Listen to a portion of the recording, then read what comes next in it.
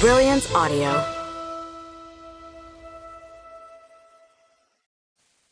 The Pier by Matt Brolly.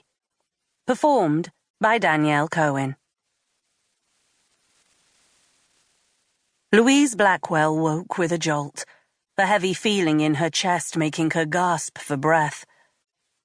Her subconscious had been tormenting her with dreams of Tim Finch, her ex-colleague who was now in prison awaiting trial for attempted murder. The dream was still fresh in her mind, and she replayed it scene by scene.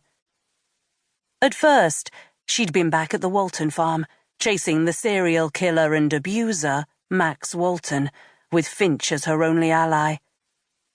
Finch telling her the man was armed. Louise shooting him dead.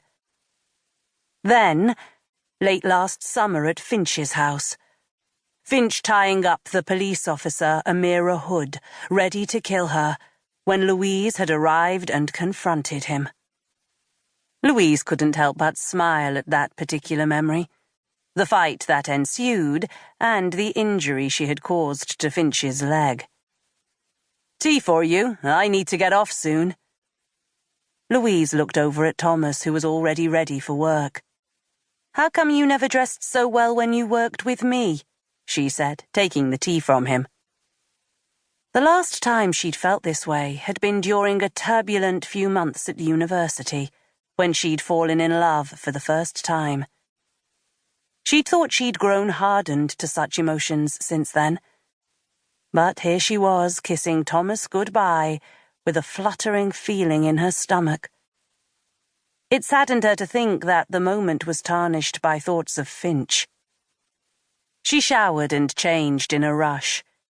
The nights over at Thomas's house were becoming more frequent, so much so that she had more than one change of clothes stored at his house. It still felt a little illicit, especially as she lived in the same house as her parents, albeit on her own separate floor.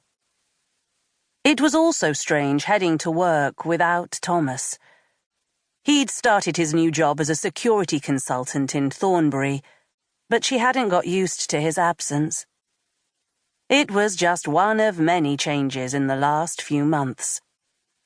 Louise worked out of Avon and Somerset's headquarters in Portishead, the CID team in Weston-super-Mare, now defunct.